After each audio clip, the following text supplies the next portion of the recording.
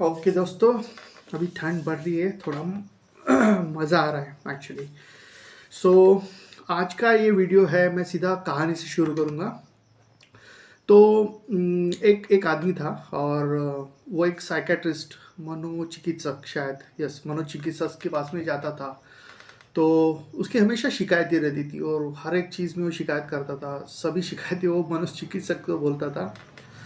तो ये काफ़ी सुनते सुनते उसकी चिकित्सा में मनोचिकित्सक चिकित्सक ने उसको एक दिन बोला कि एक काम करो, 3 दिन की छुट्टी लो और एक अच्छे पहाड़ पे चले जाओ रहने के लिए, 3 दिन के लिए वहाँ पे छुट्टियाँ गुजारो। तो बोला ठीक है, आप क्योंकि आप मेरे डॉक्टर हैं तो मैं ये सलाह मानता हूँ। तो वो पहाड़ पे चले गए एक रिसोर्ट में और वहाँ पे रहने लगे। तो वो सुबह उठ के पहाड़ पे आए और वो नज़ारा एकदम सुंदर था, वो देख रहे हैं। और उन्होंने अपने मनोचिकित्सक को फ़ोन लगाया और कहा कि मैं यहाँ पे आ गया हूँ, मुझे काफ़ी अच्छा लग रहा है, लेकिन आपने मेरे को यहाँ क्यों भेजा? तो बस कहानी यहीं पे ख़त्म होती है कि वो उनको फ़ोन करके बोलता है कि मुझे अच्छा लग रहा है, मुझे काफ़ी आनंद आ रहा है, लेकिन आपने मुझे यहाँ क्यों भेजा? तो दरअसल हमारी सबकी भी हालत लगभग कुछ ऐसी है। देखिए, हम इतनी सारी शिकायतें हैं हमारी, खुद के प्रति, औरों के प्रति, चीज़ों के प्रति, घटनाओं के प्रति। और तो ये नहीं कहूँगा कि मैं ये अच्छा है बुरा है, वो चीज़ ही नहीं है, ये अच्छी है या बुरी है। दरअसल सवाल ये है कि उनसे हमें तकलीफ़ हो रही है या नहीं हो रही है। अगर तकलीफ़ नहीं हो रही है, कि मैं बहुत ज़्यादा शिकायत कर दूँ इसकी, अगर आपको कुछ भी तकलीफ़ नहीं है तो वेल एंड गुड, आप उसके साथ में रह सकते हैं। लेकिन अगर उन शिकायतों का या उस आदत का, शिकायत बार बार शिकायत करने की आदत की अगर आपको तकलीफ़ हो रही है, तो हम थोड़ा सा शिकायत करना जो है इसको थोड़ा सा समझने की कोशिश करेंगे कि होता क्या होता है शिकायत करना। तो हम ठीक ठीक समझे तो अगर मैं बहुत ज़्यादा शिकायतें करता हूँ तो मतलब मैं क्या करता हूँ, तो मेरा अगर शिकायत है तो उसके पीछे थोड़ा सा आके देखेंगे तो क्या है। तो मेरा कहने का मतलब है कि ये जो चीज़ है ये इस तरीके से होनी चाहिए, या ये जो इंसान है ये इस तरीके से होना चाहिए, या ये जो इंसान है इस तरीके से उनका व्यवहार होना चाहिए या बिहेवियर होना चाहिए। तो मैं अगर कह रहा हूँ कि मेरे हिसाब से इस तरीके का होना चाहिए और वो अगर नहीं हो रहा है तो वो मेरी शिकायत है। लेकिन वो मेरे हिसाब से क्यों होना चाहिए? मैं कौन हूँ? मैं खुद को कैसे देखता हूँ?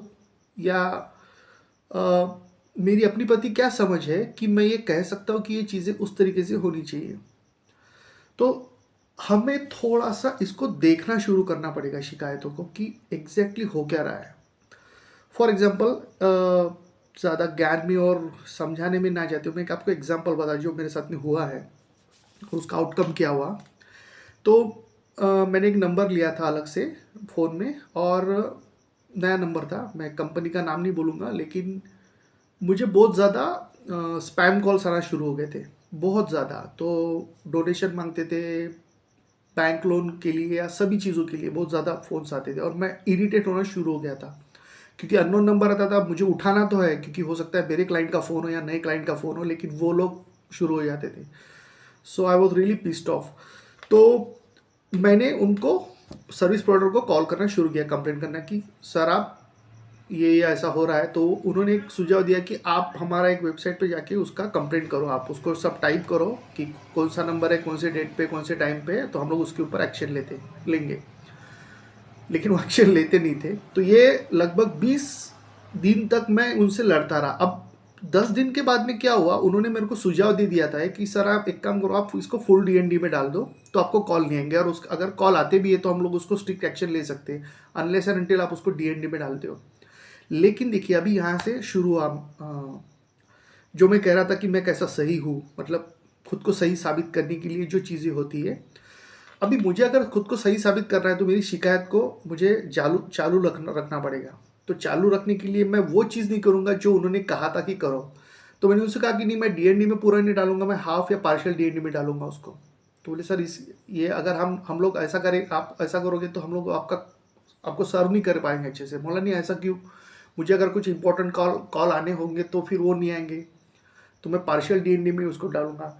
ऐसा करते मैंने 1.25 महीने तक अपना वक्त और अपनी मन शांति सब कुछ उसके पीछे गवाया या मैंने लगाया, सिर्फ खुद को साबित करने के लिए कि मैं सही हूँ वहाँ पे, ताकि मेरी कंप्लेंट भी जारी रख सके। तो मैं हर तरीके के उनसे बात करता था, गाली देता था, सब चीज़ें किया। लेकिन सवा महीने बाद में जब मैं लगभग थक चुका था, तो मैं शांति से बैठा और मैं सोच रहा था कि मैं एग्जैक्टली क्या कर रहा हूँ। और तब मुझे यही चीज़ दिखी कि मैं शायद खुद को सही साबित करने की कोशिश कर रहा हूँ, इसलिए मेरी और इस पूरी प्रोसेस में मेरी शिकायत भी जारी रह सकती है।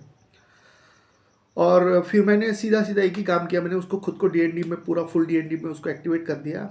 और धीरे धीरे कॉल्स कम होना शुरू हुए, मतलब तब से लगते अब तक तो लगभग ऑलमोस्ट 0.01% ही कॉल मुझे आते हैं, वो भी एक आध बार। एनीवे, तो मेरा ये कहना है कि हमें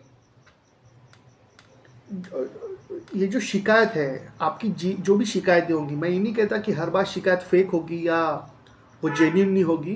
कुछ चीज़ें होती है जो सच में होती है, जो हमारी कंट्रोल में नहीं रहती।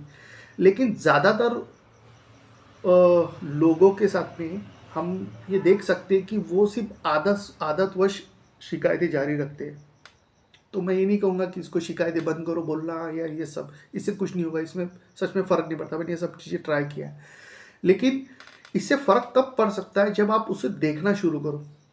तो आप जब भी शिकायत आप करते हो, या अगर आप उस वक्त अगर आप देखो कि आप क्या बोल रहे हो, या आप अगर सिर्फ जागरूक होके देखो, थोड़ा सा कि अलर्ट होके कि मैं मतलब क्या कर रहा हूँ, या शायद वही मैं नहीं करो कि उसको रोको, खुद को बिल्कुल मत रोको, शिकायत करो या कंप्लेंट करो या जो भी है आप करते हो। लेकिन अगर आप उसको देखना शुरू करोगे तो मैं 100% बोल सकता हूँ कि ये चीज़ें काफ़ी कम होगी। एंड जिस प्रमाण में, जिस क्वांटिटी में आपकी शिकायतें कम होंगी, उसी क्वांटिटी में आपका एक्सेप्टेंस बाकी चीज़ों के बारे में बढ़ जाएगा। तो ये मेरा खुद का अनुभव है, एंड इससे मेरे को बहुत अच्छा फ़ायदा हुआ। So I am quite peaceful now. तो मुझे लगता है ये आप ट्राई कीजिए और कुछ सुझाव होंगे या आपके कुछ एक्सपीरियंसेस होंगे तो उसको शेयर करो आप। Thank you.